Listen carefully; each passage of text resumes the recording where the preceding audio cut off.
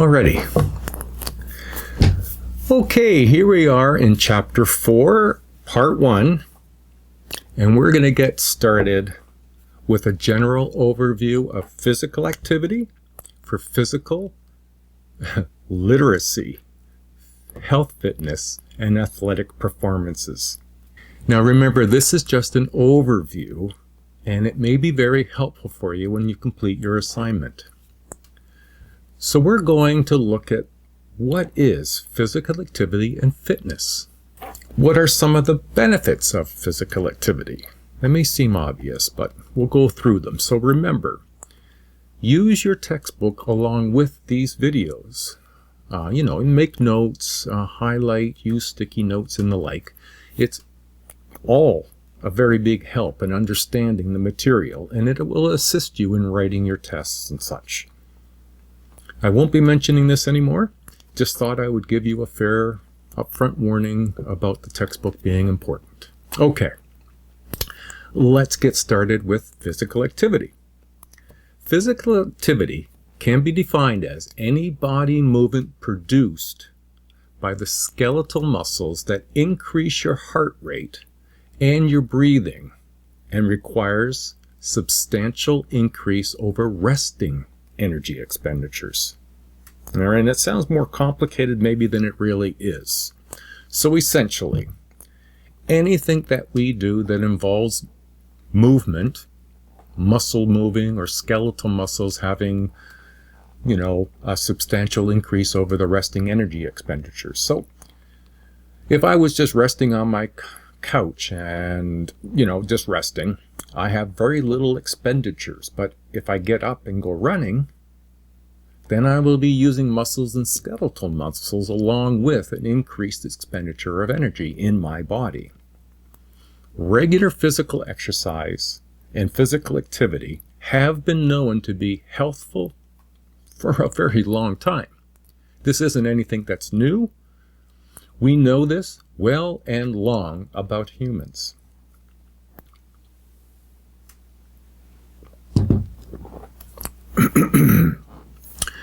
A relatively new emphasis in Canada has been on physical literacy. And that seems a particularly odd pairing, physical and literacy.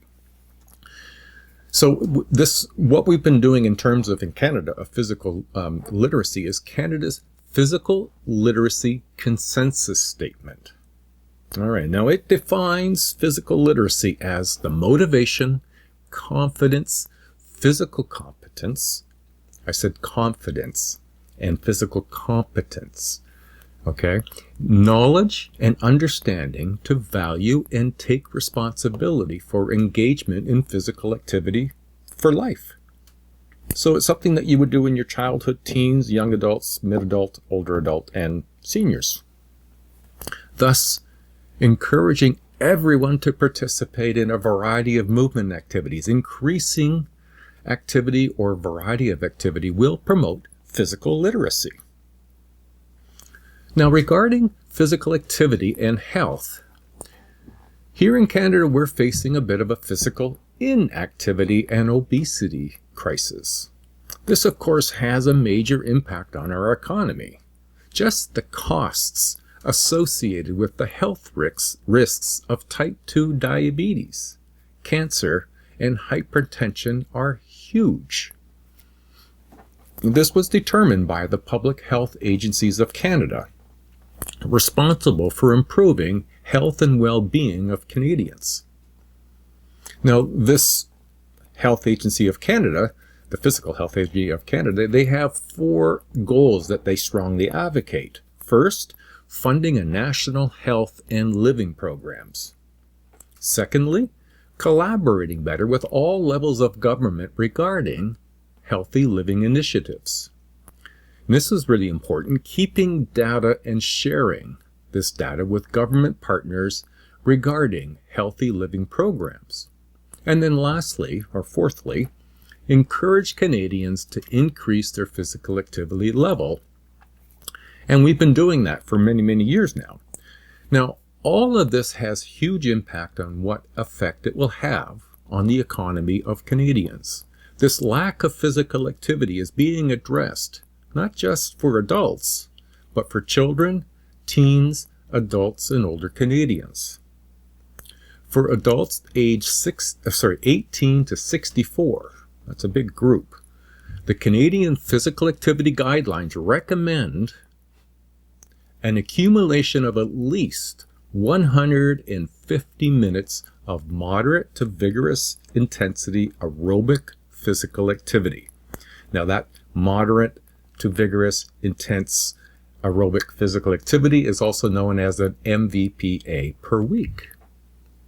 Now that's not a whole lot. That's about 20 minutes per day per week. So if you went out for a 20-minute walk and did that for 7 days, you have essentially met the 150-minute weekly minimum. Now the walk is not just a quiet saunter, but it's a deliberate, purposeful, we'll call it brisk walk. You don't have to power walk, just not sauntering. Put focused effort on the activity of walking and even to raise your heart rate in that 20 minutes. Individuals are also encouraged to add muscle and bone strengthening activities. Now, using major muscle groups at least 2 times a week. It's not a lot of effort, and it's not what, it's not having to do. It's a typical activity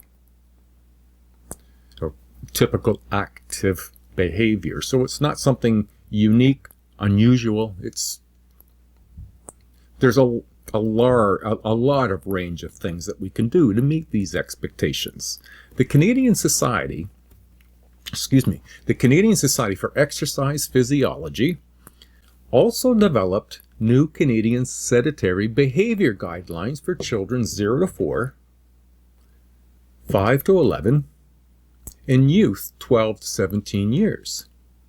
The research is now being completed on the development of a sedentary guideline for adults aged 18 to 64 and adults over 65. Research indicates Canadians are not moving enough. And you might begin to wonder and be curious, why is that?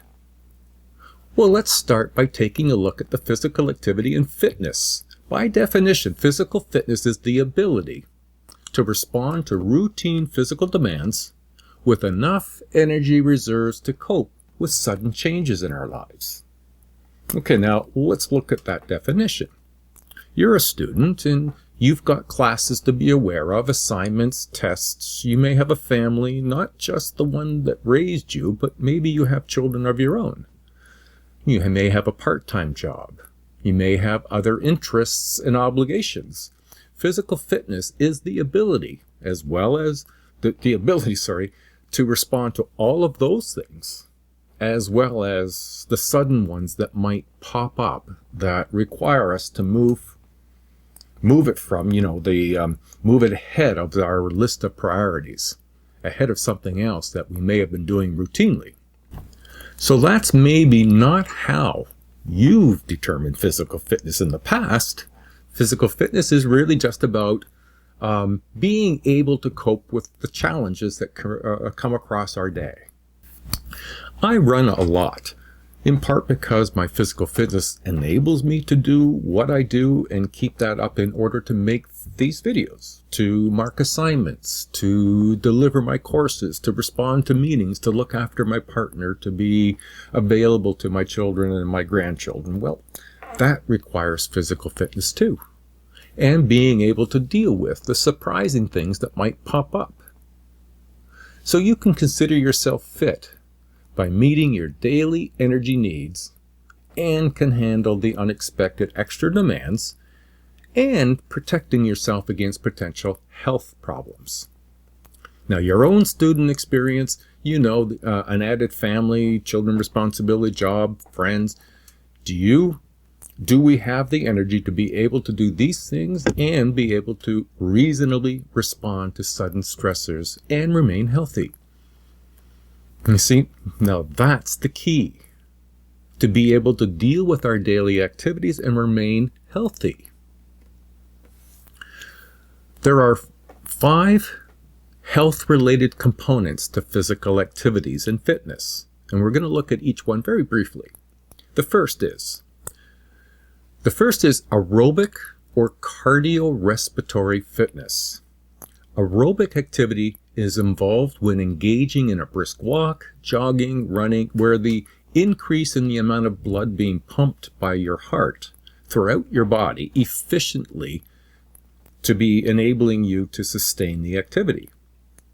Now, cardiorespiratory fitness is the ability to be active, raise your heart rate, push the blood through the system efficiently, thus enabling us to participate in some of these activities. Now, this is measured by what is known as a VO2 max test. Now, it's a test that's looking at the efficiency of your body's system. My guess is that most of you have not done a VO2 max. At age 67, my age now, my VO2 max is 41.3. Now, because I've run so much in my life and continue to do in my adult and senior years, that's considered extremely good to superior. 43.5, I think, is superior. However, most of us have gone upstairs and been out of breath at some point in our lives, and that's a good indication of not having good cardiorespiratory fitness. If you're able to go out, go about your everyday activities and not be out of breath, not raise your heart rate too extraordinarily, then that's a good indicator of better fitness. Number 2, muscular fitness. Now, this has 2 components because your muscles do one or two things, but they're either muscular strength or muscular endurance. Muscular strength. This refers to the forces within the muscles that measures by maximum weight what one can push, press, or lift. Anytime you've been in a gym and you'll have seen someone, maybe yourself, using the bench press or weights to curl with their arms or pushing weights, that is what is represented as muscular strength. Muscular endurance is something different. That's the ability to perform repeated muscular efforts. And that's measured by how many times can you push, press, or lift an item. So, therefore, if you can lift, today's 10 kilograms, that's strength. Doing 10 kilograms once is demonstrating strength. If you repeat that lifting of 10 kilograms 10 times, now you're demonstrating endurance. There's a difference between muscular strength and muscular endurance, and both are needed. 3, flexibility is the next component of fitness. This involves the range of motions around specific joints. Whether that's your shoulders, your hips, your knees, they should have full range of motion. Now, I say that with, based on the type of joint. If it's a ball joint or not, you have a different range of motion. How muscular you are and your posture. Okay. Flexibility is affected by age, sex, and posture. How muscular you are, the level of body fat that you have, all impact our ability to be flexible. And then 4th, next we're going to look at the body composition, which refers to the amount of fat or lean tissue on our bodies. Now, the higher one's body fat percentages, the higher our health risks are. That shouldn't be surprising. However, it is something certainly that we can work towards, reducing and improving our body composition. And then 5th and lastly is physical conditioning or training. This refers to the process of gradually building up, our body to improve aerobics, cardiorespiratory fitness, muscle strength and muscle endurance and flexibility, and overall healthy body composition. In addition, for those either less interested in athletics or older or disabled, may still gain more from what is known as functional fitness. Now here the emphasis is on performing exercises that resemble everyday activities. These are less strenuous, more manageable for similar benefits. So it's worth a try. I mean, it's even the same as, vacuuming your house. There's a functional strength and fitness to that. Moving about the house, moving your arms back and forth. I would switch arms, bending over, standing up. So there are some elements to it that include some fitness opportunities. So now let's look just briefly, because as this course is not a course that's going to help physical activity and athletic performance for everybody. Many activities demand a special type of athletic performance that includes skill-related fitness, such as ability, balance, coordination, or the use of what are known as polymetrics. Now, these are the added features to performance-based fitness. Now, like I said, this course isn't going to be focused on knowing that stuff about performance-based for everybody. So we'll find more of the detail about ability, balance, coordination, and power in your textbook, should that be of interest to you. We can now consider what are some of the health benefits of physical activity. And then for this, we're going to explore those things simply. Exercise is medicine. The one I keep in my mind all the time is motion is lotion. Now, this is from the Exercise is Medicine Canada, and they promote how healthcare providers access and review their patients' physical activity programs as a part of their regular physical examination. That's what exercises as medicine is supposed to mean, incorporating medical health, reviews, and physical fitness. Health benefits of regular physical activities include, and there's a long list, but we'll highlight, better bones. This is a big one as you're getting older, because as we get older, weak and brittle bones are more common, and particularly among those older people who don't exercise. Osteoporosis is the condition in which bones lose their mineral density and become increasingly soft and susceptible to injury. It affects a great many of older people, especially women. It's one of the areas in which Health Canada has been encouraging older people to engage in more physical activity, in particular, pushing weights to build bone density. Another benefit, better mental health and functioning, is one of the main or big benefits. Exercise is an effective but underused treatment for mild and moderate depression, and it may help in treating other mental health disorders, such as agitation and hallucinations in schizophrenic patients.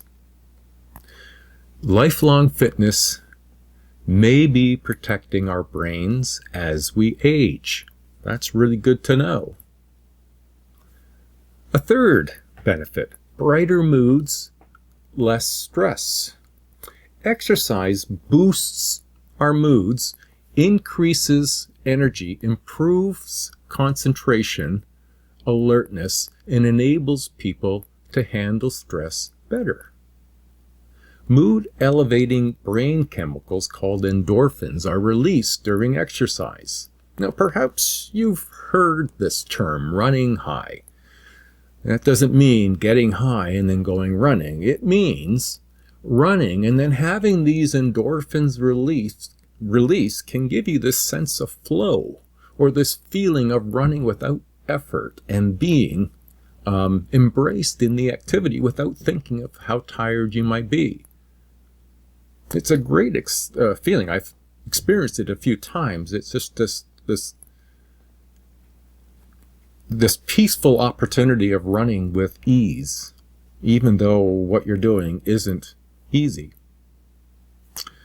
Another benefit to physical fitness is exercise and enhancing immunity. Now that's really important. Moderate exercise may enhance the immune functioning, our protector of our bodies, by reducing stress hormones like cortisol. Now cortisol can be really damaging to us, and stress increases it. Exercise decreases it. That can dampen resistance to disease. Cortisol can. When we're under stress, the body releases cortisol to deal with that stress.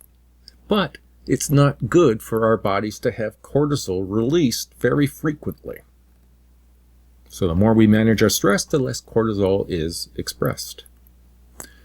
Longer, more active life, the next benefit.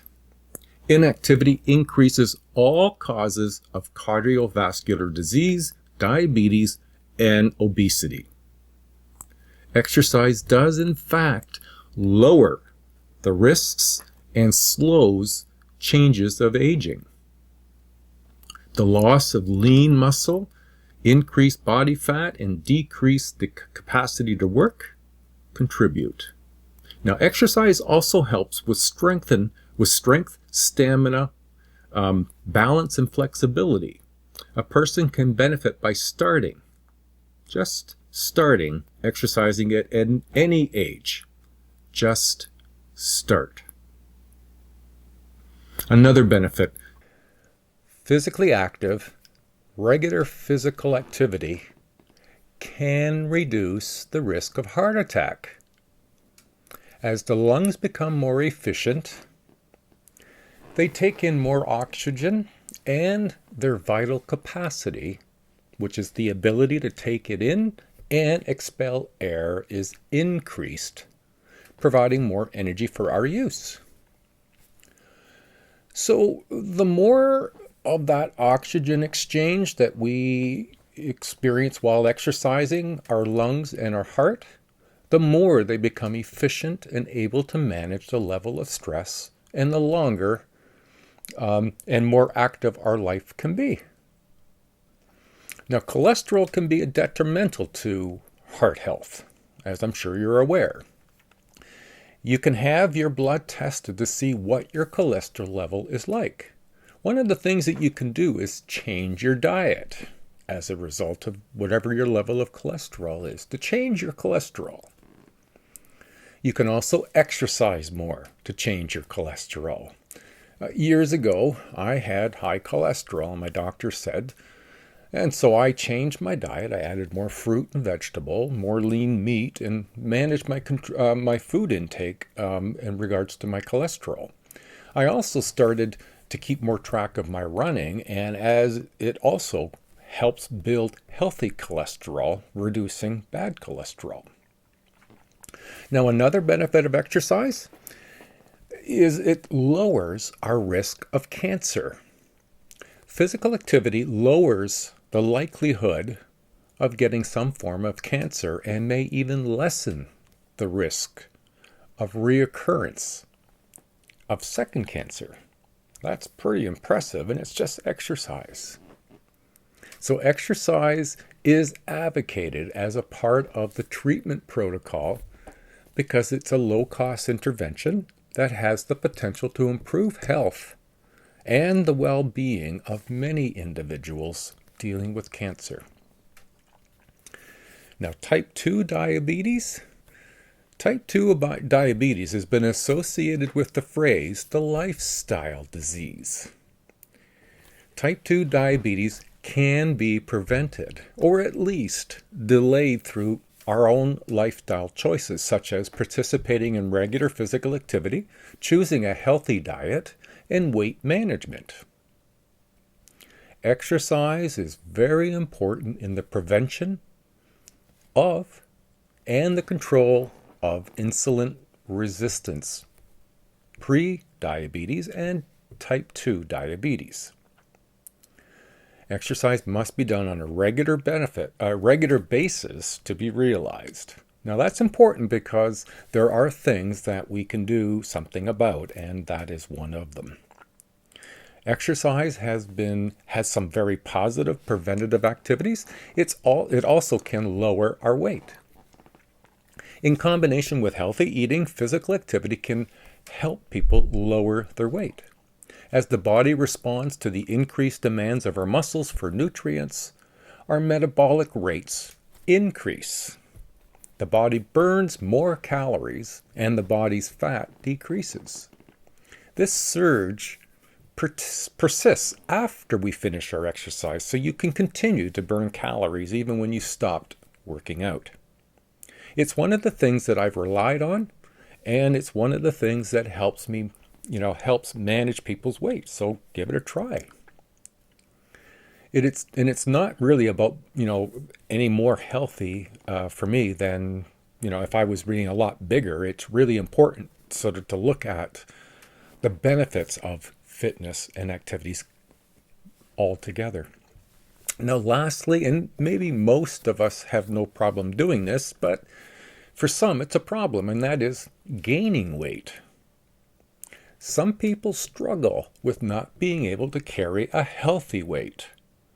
Being underweight has its own risks. Fatigue, osteoporosis risks, and a weakened immune system. Gaining weight needs to be done carefully and deliberately, as is done with weight loss, not too fast. The combination of healthy eating and exercise, particularly strength training, can really help in gaining weight. Now, we will be getting into healthy eating more when we cover personal nutrition in Chapter 5 and managing our weight in Chapter 6. So I hope this has been helpful for Part 1. We're going to get started in Part 2 and look at the principles of fitness, muscular strength and endurance, flexibility, mind-body approaches, body composition, and then we'll wrap it up with some safety and health and safety about workouts. All right? We'll see you in Part 2, everybody. Bye for now.